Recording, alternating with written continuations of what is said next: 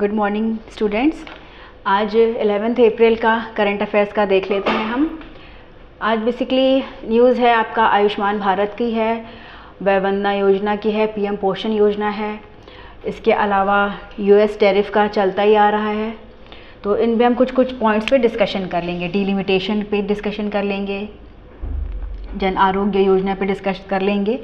सबसे पहले बात होती है टैरिफ वॉर जो चल रहा है। ट्रंप ने फ़िलहाल के लिए 90 दिनों के लिए रोक लगा दी गई है कि 90 दिन तक अभी जो नए टैरिफ्स हैं वो नहीं लागू करेंगे। वो बात हो रही थी कि 10% बेस लाइन टैक्स है, उसके अलावा डिफरेंट कंट्रीज़ पे टैक्सेस लगाए गए थे, जिसमें इंडिया पे 26% था, लेसोथो पे आपका 50% के अराउंड था, वियतनाम कंबोडिया पे 49% के था। तो फ़िलहाल के लिए 90 दिनों तक रोक लगा दी गई है। तो पहले जिस तरह से होता आ रहा था उसी आधार पे अभी टैरिफ लगे रहेंगे 90 दिन तक। बाकी यूएस और चाइना का चल रहा है। चाइना ने भी रेसिप्रोकल टैक्स लगाया था इनके ऊपर। तो यूएस और चाइना का जो है वो करीब यूएस के द्वारा चाइना पे लगभग 125% के अराउंड टैक्स कर दिया गया है। तो टैरिफ वॉर के रिलेटेड अब इसमें एक न्यूज़ है कि ग्रेट डिप्रेशन क्या है, स्मूथ हाउले एक्ट क्या है। यूएस का जो टैरिफ का अभी इशू चल रहा है वो बेसिकली इसलिए था कि ट्रंप ने कहा था कि यूएस की इकॉनमी को पहले के तरह बेहतरीन बनाना चाह रहे हैं। वो यूएस को फिर से ग्रेट बनाना चाहें, मेक अमेरिका ग्रेट अगेन। उनका कैंपेन के द्वारा, अपने जब चुनावी उनका कैंपेन चल रहा था तो उन्होंने पूरे कैंपेन के दौरान ये बातें कही थी कि हमारी जो इकॉनमी है, जो हमारी अनएम्प्लॉयमेंट की समस्या है, इन सबको डील करने के लिए हम अपने आगे सरकार में काम करेंगे। तो उसी से रिलेटेड टैरिफ वॉर है। तो ये कोई नया नहीं है कि यूएस ने ऐसा पहली बार नहीं होने जा रहा है कि यूएस ने इतने ज़्यादा टैरिफ्स को बढ़ा दिया है अदर कंट्रीज़ पे। इससे पहले भी ये चीज़ें हो चुकी हैं। ग्रेट डिप्रेशन आपका हुआ था 1930s में, और उस टाइम पे क्या होता, मंदी आ गई थी अचानक से। यूएस में बहुत ज़्यादा, पूरे विश्व में ही मंदी थी, हर जगह आपका इन्फ्लेशन ज़्यादा थे, रोज़गार नहीं थे लोगों के, आर्थिक समस्या से जूझ रही थी दुनिया। तो उस टाइम पे भी यूएस को लगा था कि टैरिफ हमारे बाकी कंट्रीज़ की तुलना में कम है। तो उस टाइम पर भी इन लोगों ने करीब 20,000 गुड्स के ऊपर एक्स्ट्रा टैरिफ्स लगाए थे जो बाकी कंट्रीज से आते थे। उस टाइम पे उसको स्मूथ हॉले एक्ट के तहत वहाँ पे एक टैरिफ एक्ट लगा था, तो उसके द्वारा टैरिफ्स को बढ़ाया गया था। लेकिन फिर बाद में डिप्रेशन के बाद ये पाया गया कि भैया इन टैरिफ से रिलेटेड बहुत ज़्यादा समस्या नहीं थी, वो एक ओवरऑल इकोनॉमी की समस्या थी, जो कि फिर बाद में जब वहाँ पे चुनाव हुए आपके, तो वहाँ पे जब नई सरकार आई, रोजवेल्ट की सरकार आई, तो उन्होंने फिर उसको हटा दिया वर्ल्ड वॉर 2 के बाद से। फिर उसके बाद से नए रूल्स आ गए। फिर धीरे धीरे चीज़ें चलती रहती है। एक स्टेज आता है, इकॉनमी एक्चुअली सर्कुलर तरह से चलती है वो। कभी आपका इन्फ्लेशन ज़्यादा रहेगा, डिप्रेशन हो जाएगा, कभी कम हो जाएगा, उसी के अकॉर्डिंग पॉलिसीज़ चलती रहती हैं। तो फ़िलहाल अभी के लिए हो सकता है कुछ दिन तक ये न्यूज़ में अब ना आए, क्योंकि अभी 90 दिनों के लिए रोक लगा दी है। तो राहत की सांस ली है कंट्रीज़ ने। अब बाकी उनके बायलैटरल टॉक्स होंगी, बातचीत करेंगे वो अदर कंट्रीज से जिन पे जितना ज़्यादा लगाया है, उसी के अनुसार फिर वो अपनी आगे पॉलिसीज़ बनाएंगे। तो ये तो बात हो गई टैरिफ से रिलेटेड। नेक्स्ट हमारा इम्पॉर्टेंट है आपका आयुष्मान भारत, प्रधानमंत्री जन आरोग्य योजना। तो एक आर्टिकल है हिंदू में, उड़ीसा में जो है वो कार्ड डिस्ट्रीब्यूशन करेंगे आयुष्मान कार्ड्स का, और वहाँ पे इनॉग्रेशन है। तो उसमें ये आया है आर्टिकल में, पेपर में, एडवर्टाइजमेंट में। तो ये योजनाएं हम थोड़ा सा देख लें, क्योंकि ये काफ़ी दिनों से चलती आ रही हैं।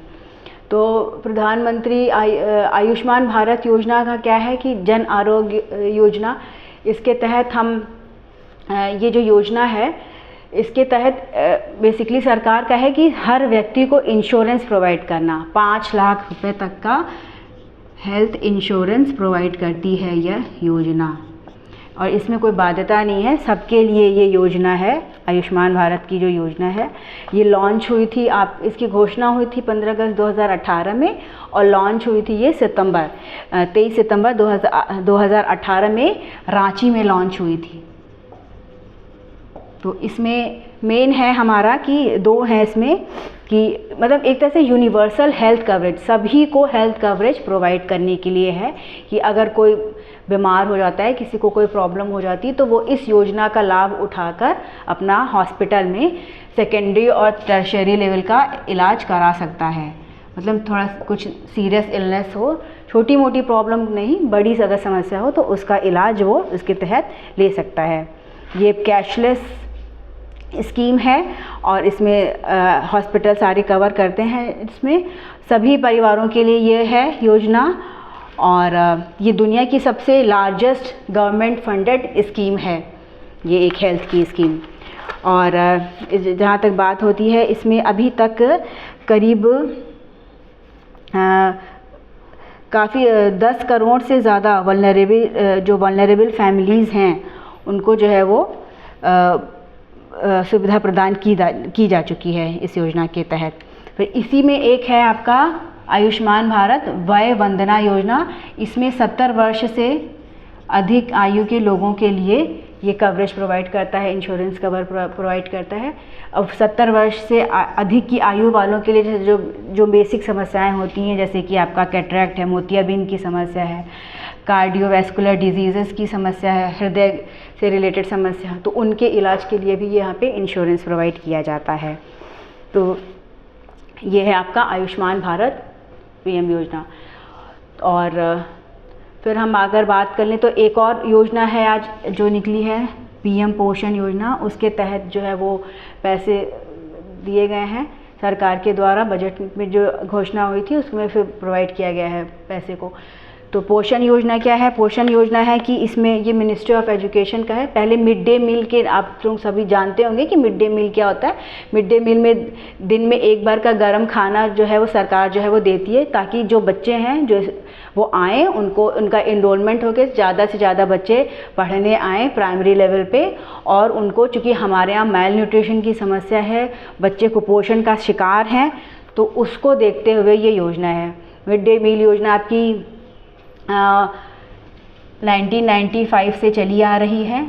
2021 में इसको रीनेम किया गया। और ये जो पोषण योजना है, इसमें बेसिकली ये ध्यान दिया जाता है कि जितने बच्चे हैं छोटे, चाइल्ड न्यूट्रिशन पे ध्यान दिया जाता है, मैटरनल न्यूट्रिशन पे ध्यान दिया जाता है।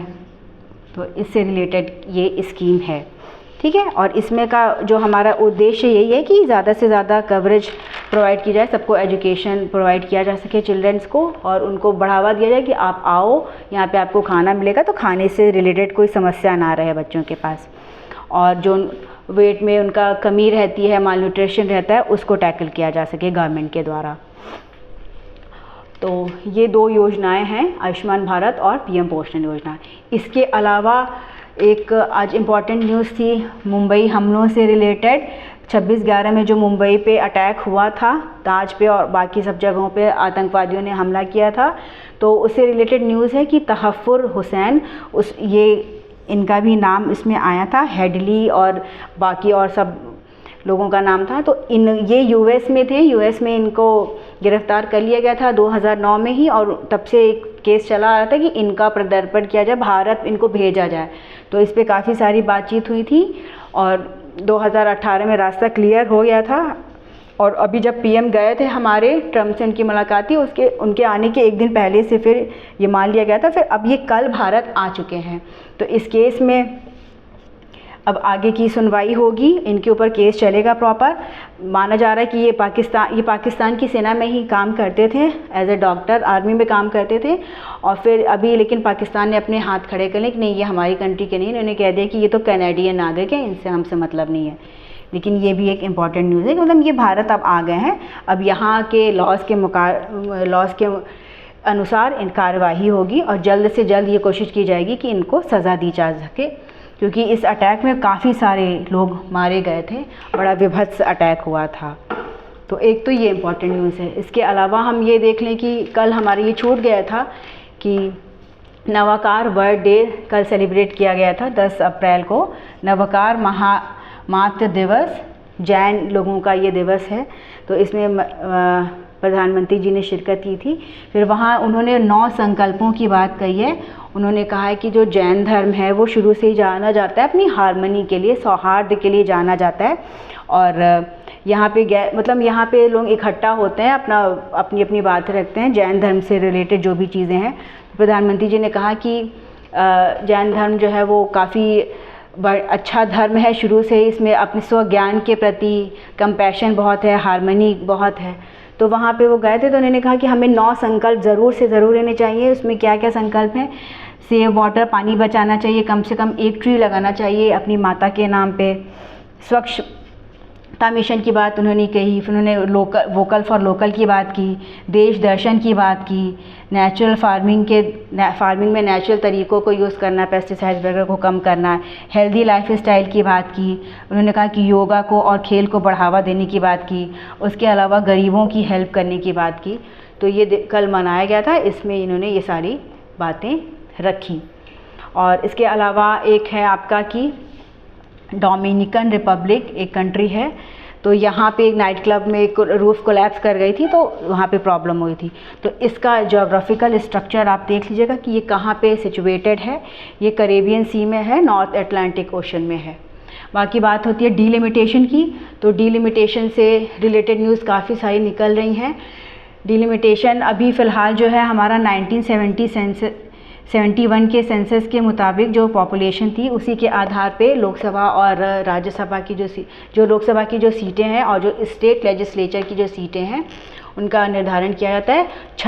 2026 तक के लिए इसको रोका गया था। तो अब हमारा ये डिलिमिटेशन नए सिरे से कराना ही पड़ेगा। तो इसके लिए इस पर रोज आर्टिकल निकल रहे हैं, तो इसके बारे में हम डिटेल में फर्दर डिस्कशन करेंगे। इसके लिए अलग से डिलिमिटेशन का एक क्लास होगा आप लोगों का। बाकी आज की जो भी इम्पॉर्टेंट न्यूज़ थी वो हमने कवर कर ली है।